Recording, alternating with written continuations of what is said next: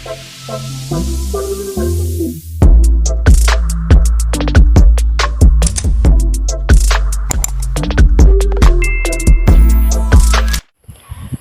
araw po mga ka-farmers. Nandito po tayo ngayon sa tinaniman ko ng kamatis dati. Kung naaalala nyo po nung mga nakaraang buwan.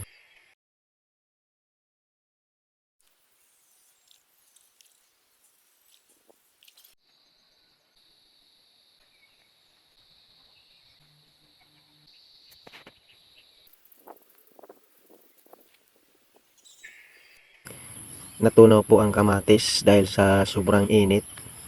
At natuyo na rin po yung pinagkukunan namin ng pandilig. Kaya hindi po talaga kaya. Kaya napagdesisyonan ko na lang po na palitan na lang yung tanim. So, bago po tayo umikot, nais ko po munang batiin yung mga subscriber natin dyan. Maraming salamat po sa suporta. Ayan, at sa mga hindi pa po nakakapag-subscribe, pa-subscribe naman po ng ating channel at pakipindot naman po ng notification bell para lagi po tayong updated sa mga video i-upload ko. So, tara mga ka-farmers, pinin po tayong umikot. Ayan po mga ka-farmers yung tanim kong kamatis. Bali, kunti na lang po yung natira kasi po natunaw po yung iba. Sa sobra pong init at naubusan po kami ng pandilig. At natuyo na rin po yung pinagkukunan namin ng pandilig. Kaya naisipan ko pong palitan na lang ng tanim na mais at saka kalabasa at saka sili po. Tatlong klase po yung ipinalit ko. So, mapapansin nyo po yung mais malalaki na rin po at matataba. Sa ngayon po nag-uulan na rin po dito sa amin tuwing hapon. Kaya hindi na po ito maapektuhan ng sobrang init. Ayan. Iikot po tayo dito sa kabila para makita po natin yung natanim natin ngayon. Ayan. Ayan mga ka-farmers. Kung mapapansin nyo po yung sili malulusog. Magaganda po yung daon nila. At saka yung iba nga po mga ka-farmers medyo namumulaklak na rin. Ayan. Ayan. Ikot po tayo. Ayan mga ka-farmers, medyo nagkakatubig na nga rin po yung kanal nila. Ayan.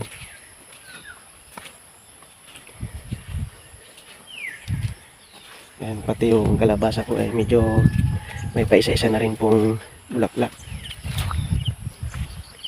Ikot po tayo dito sa dulo. Ayan. May mga damo pa rin naman po pero madadaan na po ito sa weeds. Ayan. At hindi na po makaka-apekto yan sa tanim natin. Hindi na mababansot yung tanim natin. Ayan.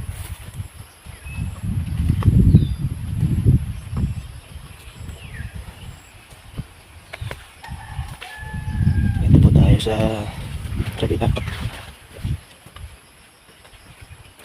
Ayan mga ka-farmers yung ibang kamatis. Ayan. Namumunga na po sana kaya lang natunaw po yung iba. Ayan. Kunti lang yung bunga ng kamatis natin. Kasi hindi po natin yan nabigyan ng pataba agad kasi sa sobra pong init wala na po kaming pandilig.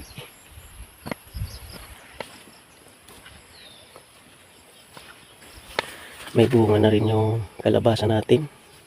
Saka ito po. Ito rin po. Namumunga na siya.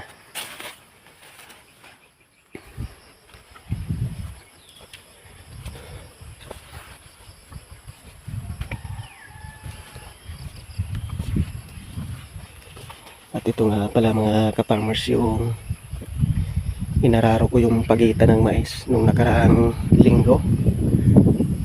After 1 week po ito na po yung mais natin, matataba na po. Hindi man po namatay yung lahat na damo madadaan na po yan sa weeds, at nag-uulan na din po kasi dito kaya hindi po namatay yung damo.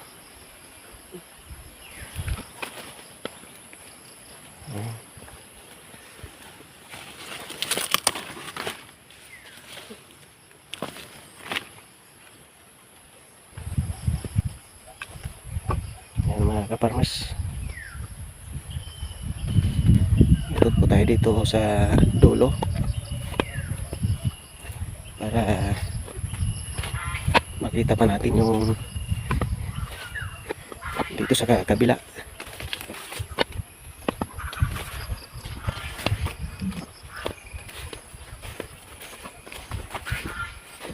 Yan.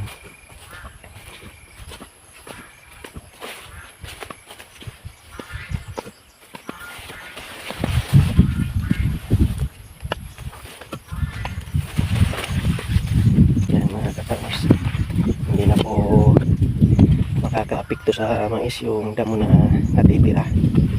Namatay din naman po yung iba, hindi lang po lahat. Ayan.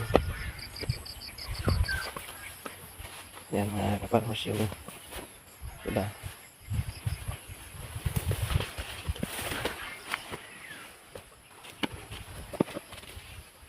Yan mga kaparmers.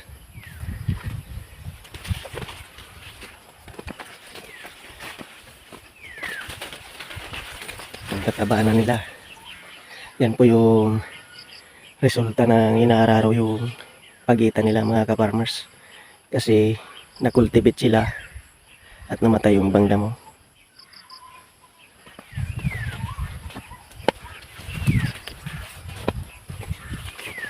Yan.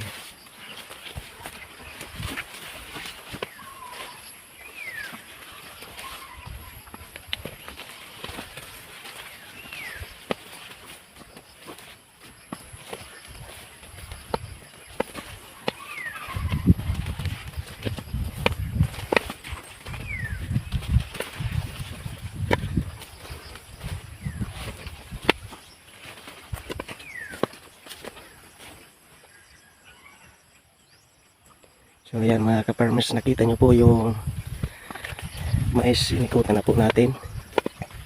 At hanggang dito na lang po yung aking video. Maraming salamat po sa inyong lahat at sa mga subscriber natin. Maraming salamat po sa inyo. God bless po sa ating lahat.